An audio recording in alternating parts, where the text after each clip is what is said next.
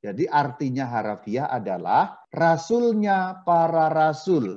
Maksudnya adalah Maria Magdalena inilah yang memberitahukan kebangkitan Tuhan Yesus kepada rasul-rasul yang lain. Cerita mengenai kebangkitan Tuhan Yesus itu dapat kita baca di dalam Injil Yohanes. Injil Yohanes pada bab yang ke-20 pada ayat pertama, terus nanti nyambung ayat selanjutnya. Pada hari pertama minggu itu, pagi-pagi benar ketika hari masih gelap, pergilah Maria Magdalena ke kubur itu, dan ia melihat bahwa batu telah diambil dari kubur. Hari pertama minggu atau hari pertama di dalam pekan itu hari minggu sebenarnya. Banyak orang salah paham, mengira hari pertama itu Senin. Salah, kurang tepat. Karena hari pertama adalah hari minggu. Kalau Senin itu hari pertama kerja, bukan hari pertama di dalam pekan. Jadi ini cerita pada hari minggu, kejadiannya pada hari minggu. Hari masih gelap berarti belum terjadi fajar. Kemungkinan sekitar setengah lima. Ini kejadiannya setengah lima, jam 5, sehingga hari masih gelap. Sudah pagi, tapi hari masih gelap. Matahari belum terbit. Jadi yang pergi sendirian itu adalah namanya Maria Magdalena. Ternyata ia melihat batu telah diambil dari kubur. Ini kita harus tahu bahwa makam di Israel pada zaman kuno, pada zaman Tuhan Yesus itu kan 2000 tahun yang lalu beliau hidup itu. Kemudian di tanah Israel kuburannya berbeda dengan cara zaman sekarang. Kalau cara zaman sekarang itu ya digali di dalam tanah. Tapi kalau pada zaman dulu kuburannya berbentuk seperti gua. Jadi gua-gua di dalam batu-batu besar itu dilubangi, atau yang sudah ada lubang-lubang secara alami, itu juga bisa. Kemudian ditutup. Jadi seperti kamar. Jadi bentuknya seperti kamar. Kamar tapi dari batu, kemudian ditutup dengan batu besar. Itu kenapa dikatakan batu telah diambil dari kubur. Nanti juga akan saya perlihatkan itu bentuknya. Nah ini tadi yang di bagian awal tadi. Seperti ini kira-kira bentuk makam pada zaman dulu. Kemudian dikatakan ia berlari-lari mendapatkan Simon Petrus dan murid lain yang dikasihi Yesus. Jadi lapor, Maria Magdalena cuma lihat kubur batu yang sudah kosong. Loh, makamnya kok kosong? Kemudian lapor kepada Simon Petrus sebagai ketuanya para rasul. Lapor juga kepada murid lain. Murid lain yang dimaksud di situ adalah Rasul Yohanes. Kemudian di ayat 3 diceritakan, maka berangkatlah Petrus dan murid lain. Nengok akhirnya, apa benar? Ayo kita ke sana. Lalu lari itu murid lain itu dan Simon Petrus menuju ke makamnya Tuhan Yesus. Ternyata betul di sana sudah tidak ada Tuhan Yesus atau jenazahnya, kubur sudah terbuka dan Tuhan Yesus tidak mereka lihat. Tapi di situ pada waktu itu Simon Petrus masih bingung karena belum tahu apa yang terjadi. Jadi mereka belum ngerti sebenarnya kenapa kok kuburnya itu kosong. Tetapi kalau murid lain yang dikasihi Yesus yang namanya Rasul Yohanes itu sudah ngerti, sudah percaya bahwa Yesus Kristus bangkit dari antara orang mati. Pada waktu itu Maria Magdalena juga belum ngerti, belum paham dia bahwa Tuhan Yesus sudah bangkit. Maka dalam cerita selanjutnya di ayat yang ke-11 dikatakan seperti ini. Tetapi Maria berdiri dekat kubur itu dan menangis. Sambil menangis ia menjenguk ke dalam kubur. Karena ia mengira bahwa jenazah Tuhan Yesus dicuri orang. Tetapi pada ayat 16 kemudian ditampaki oleh Tuhan Yesus yang sudah bangkit. Dikatakan begini, kata Yesus kepadanya, Maria. Maria berpaling dan berkata kepadanya dalam bahasa Ibrani, Rabuni. Rabuni itu artinya guru. Tadi kan ceritanya Rasul Petrus dan Rasul Yohanes. Mereka sudah ke kuburan, tetapi belum mendapat penampakan dari Tuhan Yesus. Barulah ini yang pertama kali mendapat penampakan adalah Maria Magdalena. Maka kemudian ada perintahnya, ayat 17. Kata Yesus kepadanya, warna kuning di atasnya, tetapi itu ya. Tetapi pergilah kepada saudara-saudaraku dan katakanlah kepada mereka, dan seterusnya, dan seterusnya. Jadi yang dimaksud saudara-saudaraku itu murid-murid Tuhan. Berarti termasuk Rasul Petrus, Rasul Yohanes yang tadi sudah sampai ke makam, tapi belum lihat kebangkitan Tuhan Yesus.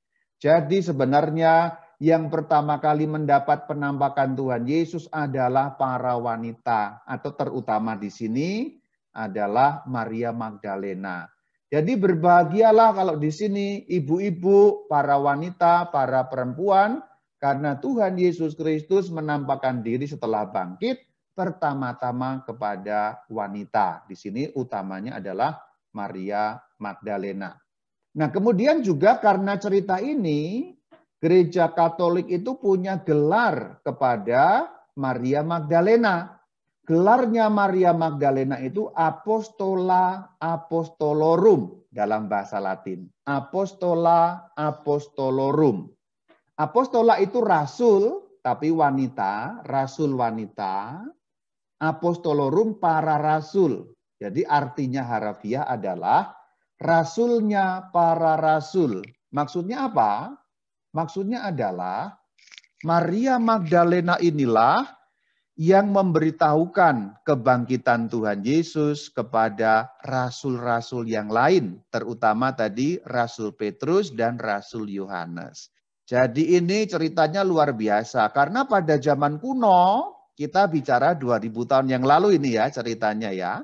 Pada zaman kuno itu wanita itu tidak dianggap, ini mohon maaf loh ibu-ibu ya, mohon maaf. Ini saya tidak bicara sekarang, kalau sekarang sudah lain ceritanya. Apalagi kan kemarin 21 April kita barusan merayakan Hari Kartini. Kalau dulu pada zaman Tuhan Yesus belum ada emansipasi itu loh. Sapinya belum ada. Emansipasi ya. Belum ada.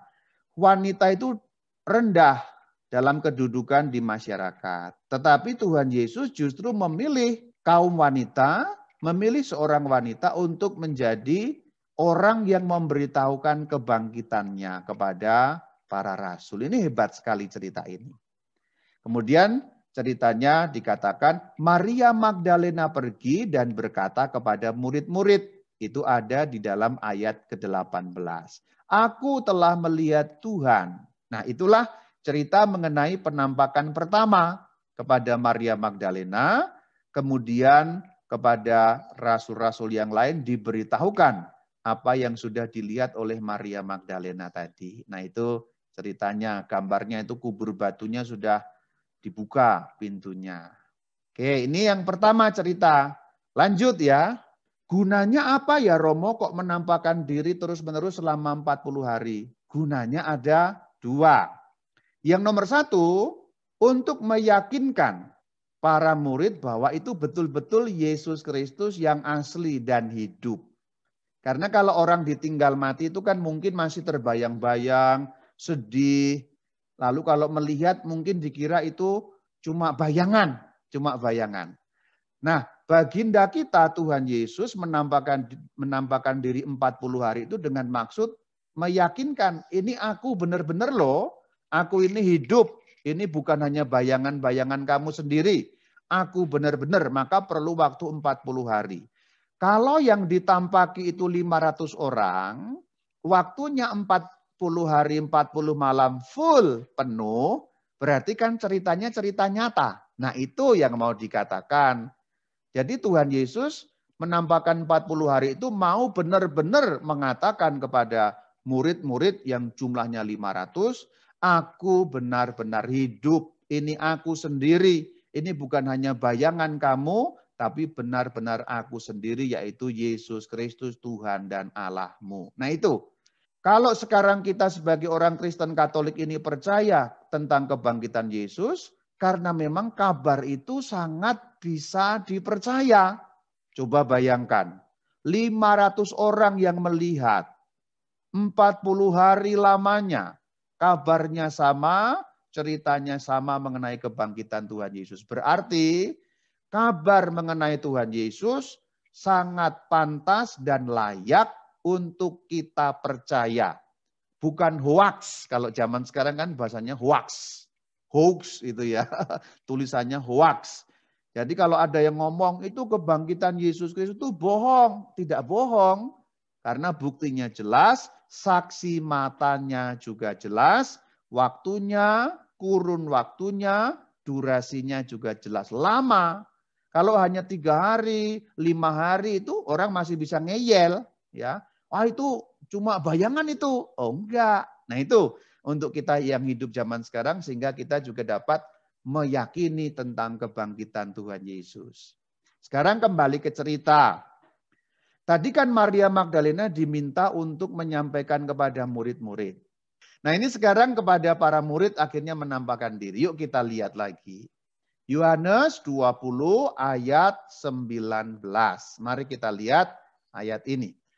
Ketika hari sudah malam pada hari pertama minggu itu. Berarti ini hari yang sama Bapak dan Ibu saudara-saudari. Ini hari yang sama. Hanya tadi itu kan subuh. Ini sekarang sudah dikatakan sudah malam. Berarti setelah pukul 6. Pukul jam 7 lah kira-kira. Berkumpullah murid-murid Yesus di suatu tempat dengan pintu-pintu yang terkunci. Karena mereka takut kepada orang-orang Yahudi. Nah itu ada kata takut. Jadi pertama-tama para murid itu takut. Kenapa kok takut? Ya nanti mereka takutnya ikut diciduk, ikut ditangkap. Karena kan gurunya sudah dianggap salah, bukan salah, tapi dianggap salah. Nanti murid-muridnya juga bisa dicari. Jadi istilahnya mereka ini kan buronan, maka takut. Jadi pintu-pintunya terkunci karena takut. Lihat bahwa mereka takut. Kenapa kok masih takut? Karena hari itu mereka belum ngerti bahwa Tuhan Yesus sudah bangkit. Kemudian diceritakan, tiba-tiba Yesus berdiri di tengah-tengah mereka dan berkata, Shalom Alaikum. Nah inilah bahasa Ibrani dari kata damai sejahtera bagi kamu. Lo kok kayak mirip bahasa agama Islam ya Romo? Assalamualaikum. Ya memang mirip. Karena bahasa Ibrani tetanggaan dengan bahasa Arab. Sama seperti kalau saudara-saudari tahu bahasa Sunda, pasti banyak miripnya dengan bahasa Jawa. Karena tetanggaan, deketan. Nah itu. Kemudian ceritanya lanjut. Ayat 20 menceritakan bahwa murid-murid itu bersuka cita. Kemudian Tuhan berkata lagi, Shalom Alaikum. Perhatikan sudah berubah. Tadinya takut, kemudian sekarang menjadi sukacita. Ada perubahan. Jadi kebangkitan Tuhan Yesus memang selayaknya membawa kita dari yang takut, kemudian berubah menjadi sukacita karena kita disertai dengan damai sejahtera Tuhan Yesus. Kata-kata damai sejahtera ini diulang karena damai sejahtera itu bahasa aslinya berbunyi shalom, mencakup jasmani dan rohani. Jadi damai tapi juga sejahtera. Damai itu dalam hati, sejahtera itu menyangkut lahir batin. Keadaan di mana orang tidak merasa gelisah, tidak merasa takut, tidak merasa hidupnya surem, tidak merasa menderita dan sebagainya. Itulah yang disingkat dengan kata dalam bahasa Ibrani shalom. Shalom itu damai sejahtera. Bagaimanapun hidup kita di dunia ini, apa-apa itu memang penting. Tapi damai itu penting loh. Penting sekali. Damai itu penting sekali. Orang boleh memiliki dunia, material, kekayaan dan sebagainya. Tapi kalau nggak ada damai, hidupnya penuh kegelisahan. Tidur saja sulit. Yang namanya kena penyakit insomnia itu. Karena tidak ada damai. Maka damai sejahtera ini hal yang penting sekali yang Tuhan berikan kepada kita. Maka Tuhan mengatakan damai sejahtera. Nah semoga kita juga memohon damai sejahtera. Maka saudara-saudari jangan lupa kalau kita doa mohon kesehatan penting. Doa mohon rezeki penting. Tapi juga jangan lupa doa mohon shalom, mohon damai sejahtera. Supaya hatinya damai. Apalagi di dunia sekarang itu kan gejolaknya macam-macam ya. Baik dari keluarga kita sendiri, anak-anak, kemudian anak keturunan atau dari dunia. Dunia macam-macam ini kadang-kadang kita tidak damai. Apalagi kalau kita terbiasa dengan dunia internet. Wah itu sudah membuat gak damai itu. Pokoknya internet itu bikin kita gak karu-karuan itulah. Ada kabar bohong, hoax, dan lain sebagainya itu kalau di internet, wah luar biasa, bikin orang bisa tidak damai. Meskipun banyak hal yang positif dari internet, tapi banyak yang negatif juga. Membuat orang juga stres, tidak karuan karena kebanyakan hal-hal yang tidak bagus di luar sana itu. Maka damai sejahtera ini penting. Tuhan Yesus, berilah aku damai sejahtera. Kadang-kadang kita juga perlu hanya mengulang kata-kata Tuhan Yesus ini. Dalam satu doa kita, merem, memegang dada, kemudian hanya mengatakan dalam hati, damai sejahtera bagi kamu. Seakan-akan Tuhan yang berkata-kata berfirman kepada kita. Ini salah satu hal yang bagus juga kalau kita mau merasakan damai sejahtera. Selanjutnya dikatakan dalam ayat 20, terimalah Roh Kudus. Kemudian ayat 23 mengenai kuasa mengampuni. Jika kamu mengampuni dosa orang, dosanya diampuni. Jika kamu menyatakan dosa orang tetap ada, dosanya tetap ada. Inilah di dalam agama Katolik yang menjadi landasan dari sakramen tobat atau sakramen pengakuan dosa, sakramen pengampunan dosa, yaitu Injil Yohanes 20 pada ayat 22 sampai 23. Jadi Yesus Kristus memberikan pengampunan dan juga kuasa pengampunan. Pengampunan dosa ini kan hal yang penting sekali. Karena hidup kita ini, manusia ini kan banyak salah. Salah kepada sesama berarti juga kita salah kepada Tuhan. Hampir kok tidak ada di dunia ini, atau malah nggak ada orang di dunia yang tidak pakai salah. Suami itu sering banget salah sama istrinya. Istri juga sama. Sering banget salah sama suaminya, cerewetnya minta ampun, gitu ya. Suami-suami itu kadang-kadang juga galaknya minta ampun, menang sendiri kepada istrinya dan sebagainya, belum kepada orang lain. Maka pengampunan ini penting. Maka Tuhan mengatakan ini kuasa mengampuni. Jadi selain damai sejahtera tadi yang pertama, yang membawa sukacita tadi ya, dari takut menjadi sukacita karena hatinya damai, nggak takut lagi. Kalau orang takut nggak bisa damai. Selain itu juga membawa kuasa pengampunan. Maka kita dosanya diampuni. Oleh karena dosanya diampuni, kita juga harus bisa mengampuni. Kalau kita paskahan, kita mendapat kuasa untuk mengampuni, berarti kita juga perlu untuk bisa mengampuni sesama. Kalau Bapak dan Ibu belum bisa mengampuni, berarti belum merayakan Paskah. Nah itu, catat baik-baik. Kalau kita merayakan Paskah, tandanya kita sudah bisa mengampuni orang yang bersalah kepada kita. Jadi ini kan sudah hari raya Paskah, tapi Anda sudah Paskahan atau belum? Tandanya Paskahan apa? Kalau ada orang yang salah, kita bisa mengampuni. Nah itu tandanya kita sudah Paskahan. Kalau belum bisa mengampuni, belum bangkit bersama dengan Tuhan Yesus. Itu mengenai cerita penampakan kepada para rasul. Ini penampakan yang pertama kepada para murid. Sekarang saya mau ceritakan yang ngeyel tadi. Nah silahkan lihat ini gambarnya, ini Rasul Thomas. Ayo kita lihat ayat 24 pada Injil Yohanes yang ke-20. Tetapi Thomas tidak ada bersama-sama mereka ketika Yesus datang. Jadi itu tadi pada saat Tuhan Yesus datang, Thomas tidak ada. Nah kemudian diulangi lagi damai sejahteranya pada ayat 26. 8 hari kemudian, kalau 8 hari kemudian berarti hari apa penampakan yang ini? Hari Minggu lagi. Jadi 8 hari kemudian itu hari Minggu lagi, berarti penampakan kepada Thomas juga terjadi hari Minggu. Jadi cukup sering memang penekanan pada hari Minggu. Sebenarnya Yesus menambahkan diri setiap hari, tidak hanya pas hari Minggu. Intinya 40 hari itu terus setiap hari. Hanya yang diceritakan khususnya hari Minggu untuk menekankan Minggu sebagai hari kebangkitan Tuhan. Kemudian kan ngeyel. Kalau aku belum lihat lukanya, belum nyalak lukanya ke dalam lambungnya. Itu kata dia kan ya, ngeyel. Tapi akhirnya Tuhan berkata, jangan tidak percaya, tapi percayalah. Percayalah Thomas. Akhirnya Thomas percaya dengan mengucapkan kata-kata yang hanya dia yang mengucapkan. Rasul-rasul yang lain tidak. Ini jadi imannya malah jadi gede sekali. Dalam ayat 28 dikatakan Thomas menjawab dia, ya Tuhanku dan Allahku. Nah kata-kata Thomas ini kalau zaman kuno, Bapak dan Ibu yang kuno, mohon maaf ya, yang zaman dulu, pasti sering diajari kalau sedang merayakan misa. kemudian konsekrasi, tubuh Kristus diangkat itu loh.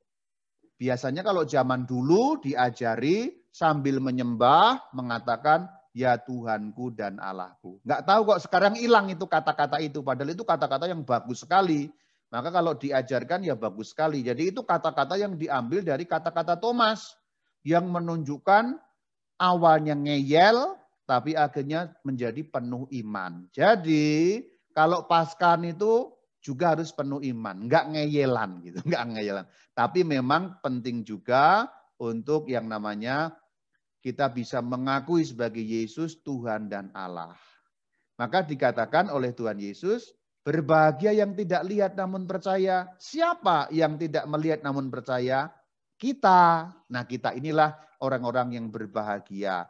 Bukti-bukti telah nyata, maka kita menjadi percaya kepada Tuhan Yesus. Nah, ini tadi cerita penampakan 2 kali kepada para murid, terakhirnya kepada Thomas. Terjadinya di kota Yerusalem. Itu ada peta negara Israel. Yang warna merah itulah kota Yerusalem. Jadi semuanya tadi itu terjadi di kota Yerusalem. Nah, sekarang kita akan lihat satu penampakan lagi kepada para murid yang terjadi di luar kota Yerusalem, yaitu di Danau Tiberias. Itu diceritakan dalam Injil Yohanes 21 mulai dari ayat 1. Yesus menampakkan diri lagi di pantai Danau Tiberias. Nah, ini tempatnya. Silakan lihat peta itu ya.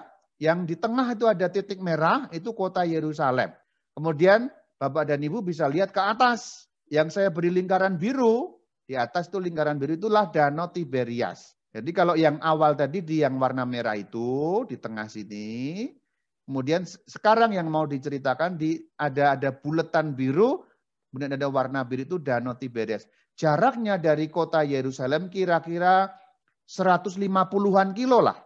Kurang lebih Bandung Jakarta atau Jakarta Cirebon. Itu jaraknya kira-kira seperti itu.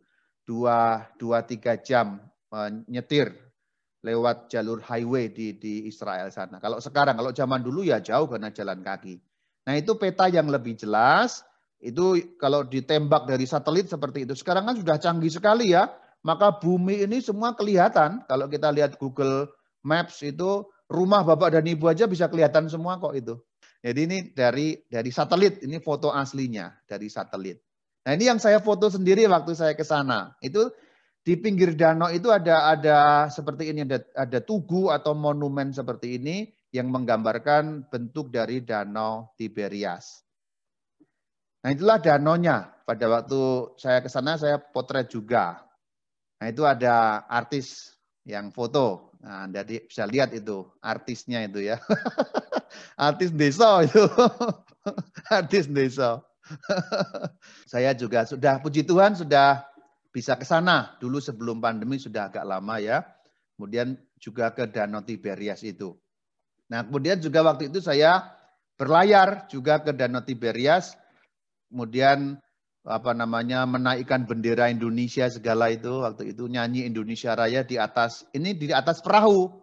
Seperti zaman dulu kira-kira para rasul ada di perahu gitu. Jadi seperti itu. Lalu biasanya setelah turun dari perahu lalu makan yang namanya ikan petrus. Ikan petrus seperti itu. Nggak tahu kalau di sini bahasa sini ikannya ikan apa ya, apakah ikan mujair atau ikan apa, saya nggak tahu. Tapi bentuknya seperti itu. Ya disebut nggak enak juga enak, disebut enak banget juga nggak enak juga.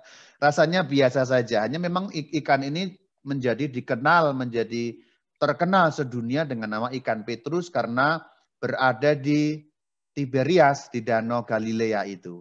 Ceritanya ini, Yesus menampakkan diri, kemudian dikatakan ketika mereka tiba di darat, mereka melihat api arang dan di atasnya ikan dan roti. Yesus berkata kepada mereka, bawalah beberapa ikan yang baru kamu tangkap itu. Nah dikatakan ini, ayat 11. Simon Petrus naik ke perahu lalu menghela jala itu ke darat, penuh ikan-ikan besar, 153 ekor banyaknya. Itulah kenapa ikan yang tadi itu disebut ikan Petrus karena cerita ini. Jadi yang mendapatkan Simon Petrus maka disebut Peter Fish, ya ikan Petrus karena cerita ini. Kemudian dikatakan, mari dan sarapanlah. Ini sebenarnya ceritanya para murid awalnya nggak dapat ikan. Sudah semalam suntuk mereka nggak dapat ikan, akhirnya Tuhan Yesus datang, kemudian Tuhan bilang, kamu tebarkan di sebelah kanan, lalu dapat banyak sekali. Berarti di sini saudara-saudari, Tuhan Yesus tidak hanya memberikan apa yang sifatnya rohani, tapi juga sifatnya jasmani, nolong kita.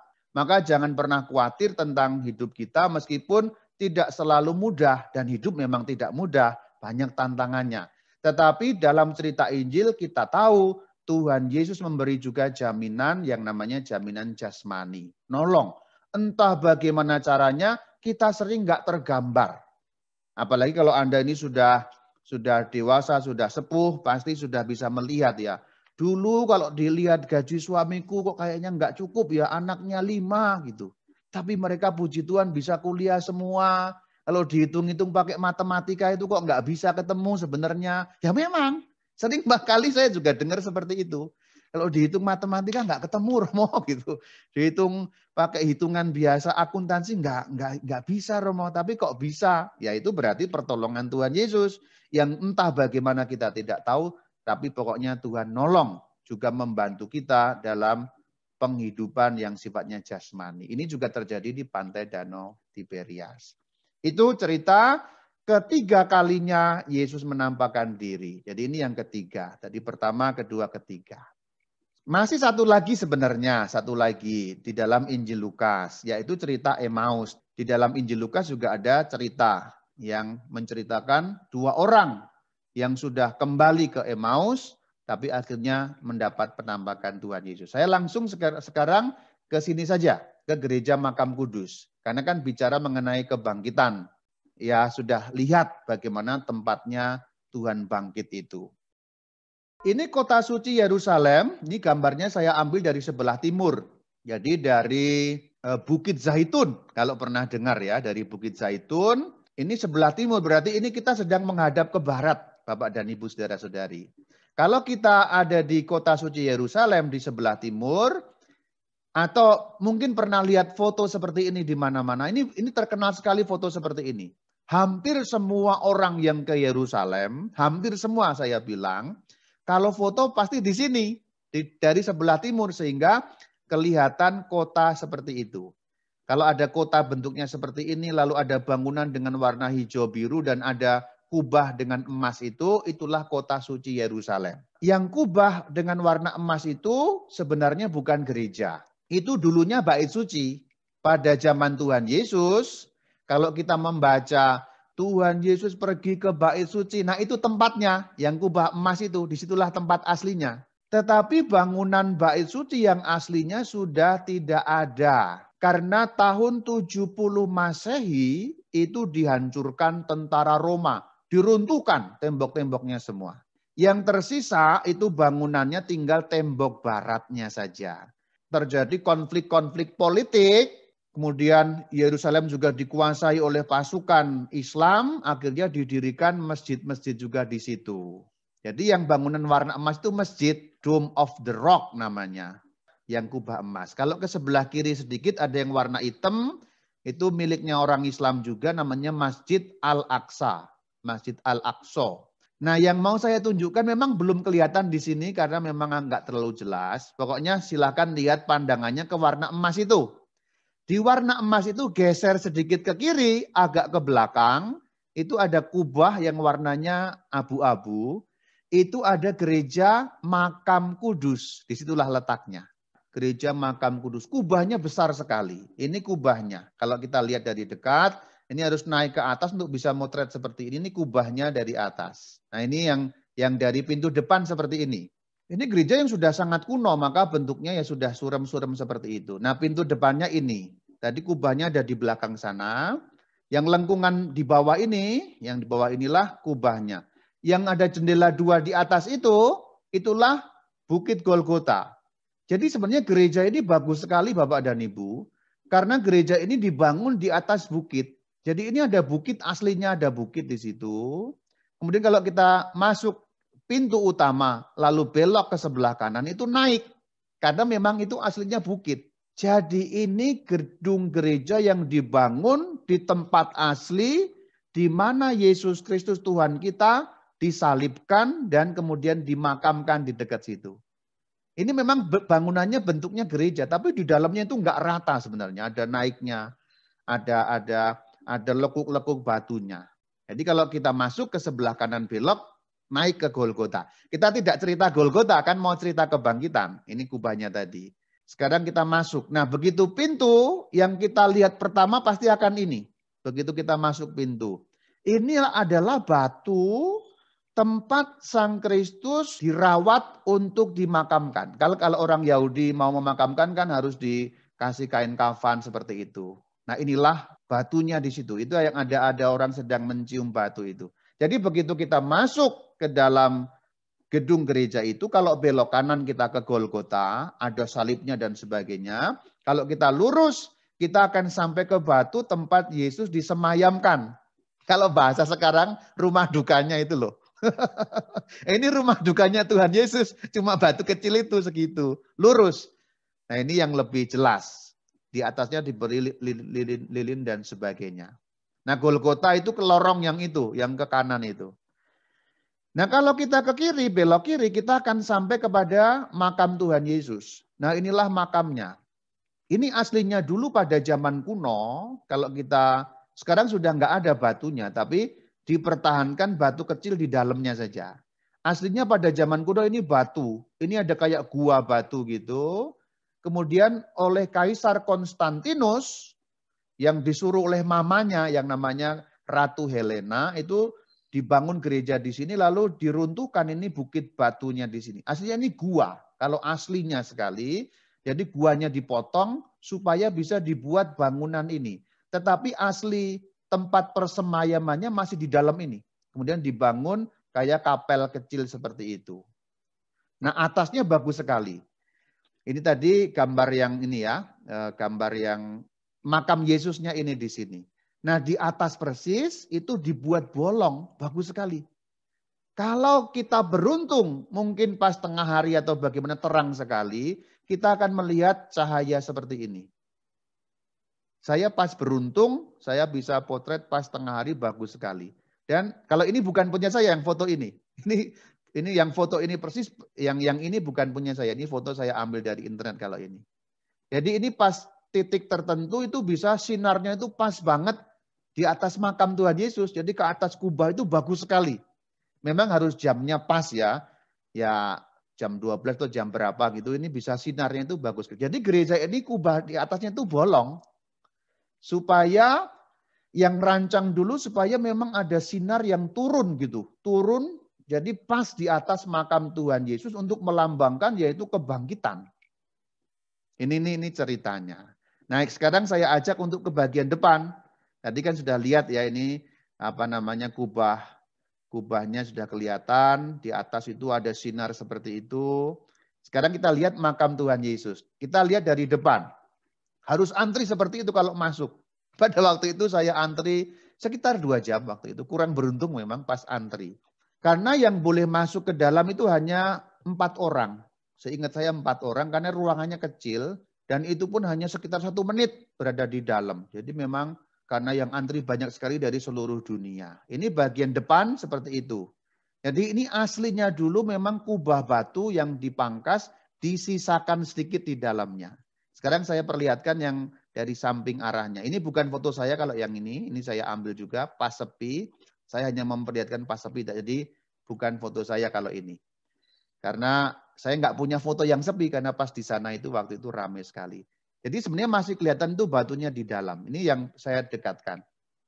Yang menjaga di sana itu para biarawan, yaitu kita bisa lihat romo-romo atau biarawan yang jaga. Inilah aslinya batu di situ itulah makam junjungan kita, baginda kita, raja kita, Tuhan dan Allah kita, Yesus Kristus. Saya tidak punya fotonya karena pada waktu itu cepat sekali. Jadi saya lebih baik berdoa daripada memotret di dalam. Bisa motret, tapi karena hanya 1 menit dan kalau sudah 1 menit dari luar itu diketok-ketok. Ini yang jaga ini galak ini. Ini galak ini. Jadi kalau sudah orang kelamaan tuh diketok-ketok, woi keluar gitu. Karena orang antrinya sudah lama gitu. Jadi saya tidak sempat motret, tapi puji Tuhan saya cari di internet ada fotonya. Ini bagian dalamnya, ini batu tempat Tuhan Yesus itu dimakamkan. Lalu ada tulisan di situ di dalam bahasa Yunani.